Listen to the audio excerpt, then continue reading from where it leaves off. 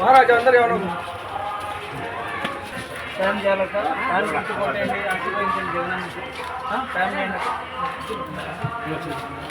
Time గుర్తుకోండి occupation ఇంకోటి కూడా fine చేయాలి ఎమ్మెల్యే కూడా టైం గుర్తుకోండి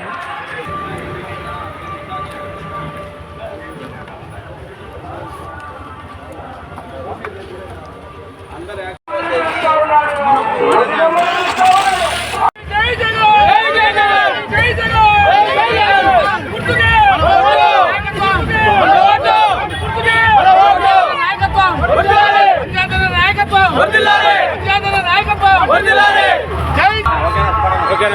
ఈరోజు 2024 ఎన్నికల ప్రచారం అమ్జద్ బాషా ప్రచారం కోసం యువ నాయకులైనటువంటి ఉమేర్ గారు ఈ వార్డు 23వ డివిజన్ కార్పొరేటర్ తుంగ విజయలక్ష్మి రవీంద్రనాథ్ రెడ్డి గారి ఆధ్వర్యంలో ఈరోజు ఈ ఎన్నికల ప్రచారం ఈ వార్డులో జరగడమైంది.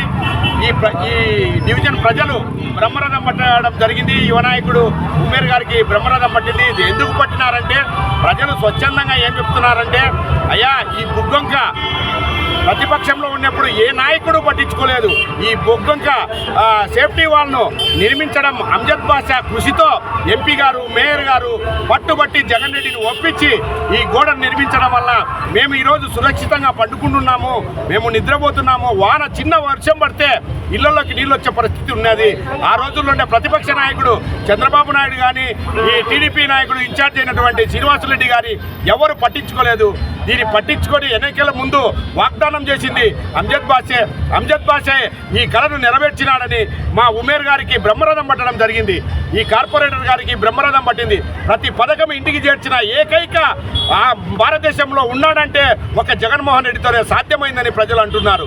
ఈరోజు కడప అభివృద్ధి 2500 కోట్లు జగన్ రెడ్డిని ఒప్పించి మేయర్ గారు ఎమ్మెల్యే గారు ఎంపీ గారు ఒప్పించి కడపను ఒక సుందర నగరంగా తీర్చిదిద్దడం జరిగింది. ఆ రోజు మహానేత దివంగత రాజశేఖర రెడ్డి గారు చనిపోవడంతో అకాల మరణంతో మొత్తం చంద్రబాబు నాయుడు అన్ని ఆపడం జరిగింది.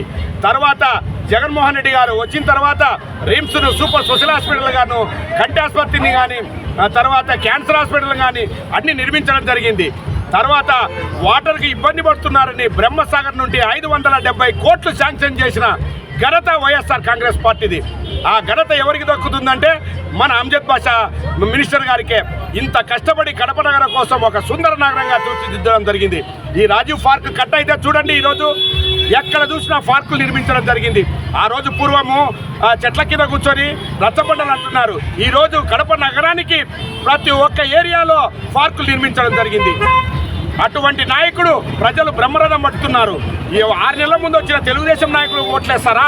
ఆ దేవుని ప్రజలు నమ్ముకునే మా ఎమ్మెల్యే గారికి వేస్తారా?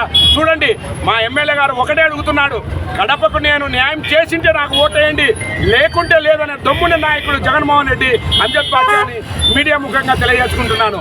అదేవిధంగా కడప నగరాన్ని ఎంత అభివృద్ధి చేసినాడో ప్రతి పేదవానికి సాయం చేసిన వ్యక్తి ఎవరన్నా ఉన్నారంటే ఒక అమ్జద్ బాషా గారే. కరోనా టైం విపరీతమైన కరోనా వచ్చింది. అదే తెలుగుదేశం పార్టీ నాయకుడు మంచినీళ్ళ బాటలు కూడా సాయం చేయలేకపోయినారు. అదే అమ్జద్ బాషా గారు కరోనా వచ్చినా కూడా కరోనా పూర్తి చేసుకొని ప్రతి ఇండ్లు ప్రతి వార్డు తిరిగి భోజనాలు నీళ్లు అన్ని చేసిన నాయకుడు ఎవరన్నా అన్నారంటే అమ్జద్ బాషా గారే. అది ఒక వైఎస్ఆర్ పార్టీకే సాధ్యమవుతుంది కానీ ఎవరికి సాధ్యం కాదు.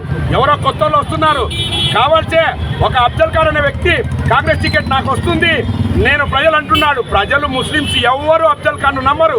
ఏకైక నాయకుడు అమ్జద్ బాషానే నమ్ముతారు. ఎందుకంటే ప్రతి పిల్లవానికి ప్రతి వానికి పలికిన వ్యక్తి అమ్జద్ బాషా అని ప్రజలకు అందరికీ తెలుసు. ఎన్ని పార్టీలు ఏకమై వచ్చినా మా అమ్జద్ బాషాను ఎవ్వరు ఏమి చేయలేరు. అవన్నీ పందులు కొక్కులు నక్కల మాత్రం వస్తున్నారు. ఏం కాదు, సింహంగా వచ్చేది జగన్మోహన్ రెడ్డి అమ్జద్ బాషానే. కడప ప్రజలకు తెలియజేసుకుంటున్నాను. మరొక్కసారి కడప ప్రజలంతా అమ్జద్ బాషాను ఎంపీ గారిని అత్యధిక మెజార్టీతో గెలిపించి ఇంకొకసారి మాకు పోటీకి రాకుండా నిలబడేట్టుగా చేయాలని ప్రజలను మరొక్కసారి కోరుకుంటున్నాను.